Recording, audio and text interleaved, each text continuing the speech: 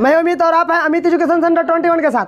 तो जी दोस्तों, आज के वीडियो में हम लोग पढ़ेंगे क्लास 10th का दोस्तों, हेलो का क्लास 10th का है ना, संस्कृत होगा। और दोस्तों यह संस्कृत जो है, यह संस्कृत की बात करें हम, एक मिनट, यह संस्कृत की बात करें तो क्लास 10th का होगा, चैप्टर 10 होगा। कितना होगा? चैप्टर 10। और यह चैप्टर मंदाकिनी है ना वर्णनम से लिया गया है। यानी आपके प्यूसम किताब में मंदाकिनी वर्णम है, मंदाकिनी वर्णम है। जो 10 श्लोक दिए गए हैं, इस श्लोक का वीडियो मेरे यूट्यूब चैनल पर अपलोड है, वहाँ से जाकर देख लें। अन्यथा इसी वीडियो को है ना, इसी वीडियो के डिस्क्रिप्शन में इस वीडियो का लिंक मिल जाएगा, उसको टच करेंगे तो चलने लगेगा, ठीक है ना। या अगर आप उतना नहीं पढ़ना चाहते हैं, संक्षेप में जानना चाहते हैं, तो हम आपके लिए लाए हैं one liner notes. One liner notes इसका क्या मतलब? तो इसका यही मतलब होता है कि आप बता सकते हैं कि इससे है ना चैप्टर में किसके बारे में बताया गया है।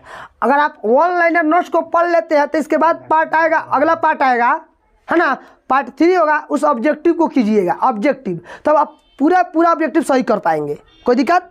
तो शुरू किया जाए, कोई दिक्कत है ना? तो उम्मीद करते हैं कि सभी लोग कॉपी कलम लेकर बैठे होंगे और तुरंत लिखेंगे, ठीक है ना। तो दोस्तों पहला क्वेश्चन है, ध्यान से सुनेंगे।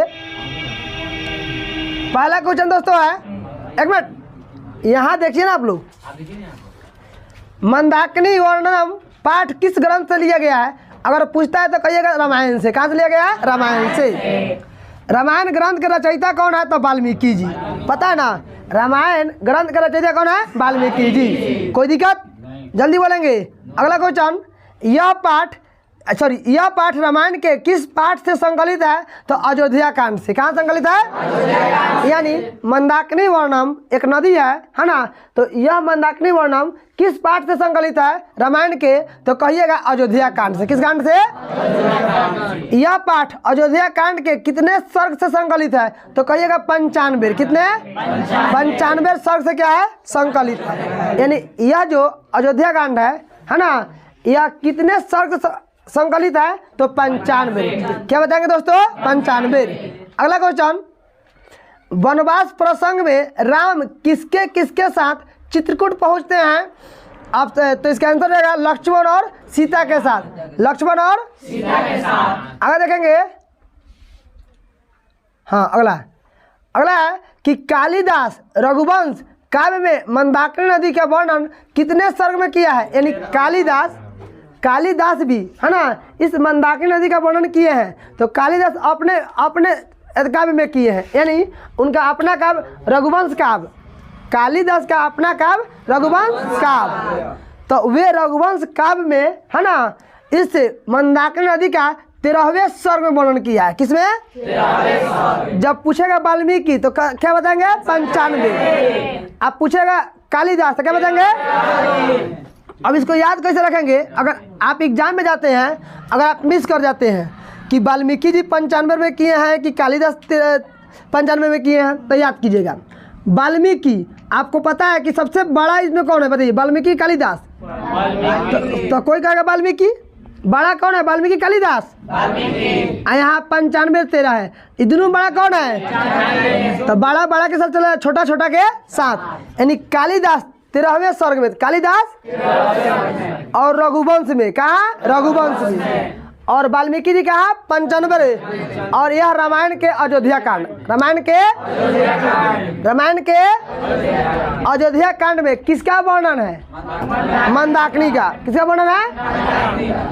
रामायण के अयोध्या कांड में किसका वर्णन है? हाँ, मंदाकिनी। और रघुवंश के कालिदास। रघुवंश के कालिदास। रघुवंश के है ना के काव्य में मंदाकिनी नदी का वर्णन 13वें सर्ग में किया गया। किस पर किया गया? कन्फ्यूजन नहीं रहेगा, लिखा जाएगा ना, कोई डाउट? दोस्तों अगला, राम मंदाकिनी नदी का वर्णन किसे कहते हैं? तो सीता। किसे कहते हैं? सीता को। अगला क्वेश्चन दोस्तों, मंदाकिनी वर्णनम पाठ में वाल्मीकि किसका यथार्थ चित्रण करते हैं? तो प्रकृति का। मंदाकिनी वर्णन पाठ में जो वाल्मीकि है किसका यथार्थ, तो प्रकृति का, किसका यथार्थ? अगला क्वेश्चन, फूलों से परिपूर्ण, हंस सारस से सेवित, विचित्र तटों वाली कौन नदी है? मंदाकिनी नदी है। फूलों से परिपूर्ण, हंस सारस से सेवित और विचित्र तटों वाली कौन नदी है? मंदाकिनी नदी। कोई दिक्कत? किसके सरोवर की तरह शोभा वाली मंदाकिनी नदी है? तो कुबेर के। क्या हो जाएगा? कुबेर के। अगला क्वेश्चन, आजकल किन समूहों द्वारा नदी जल पिए गए हैं या गंदा किए गए हैं? तो पशुओं द्वारा। क्या द्वारा? अगर पशु नहीं रहेगा तो हिरण के झुंड के द्वारा, हिरण के या हिरण द्वारा। अगर पशु नहीं रहेगा तो क्या करे? मारेंगे हिरण। एग्जाम में पूछेगा कि मंदाकिनी नदी का जल गंदा किसने किया है? तो कभी कहेंगे पशु। क्या कहेंगे? पशु के द्वारा। किसके द्वारा?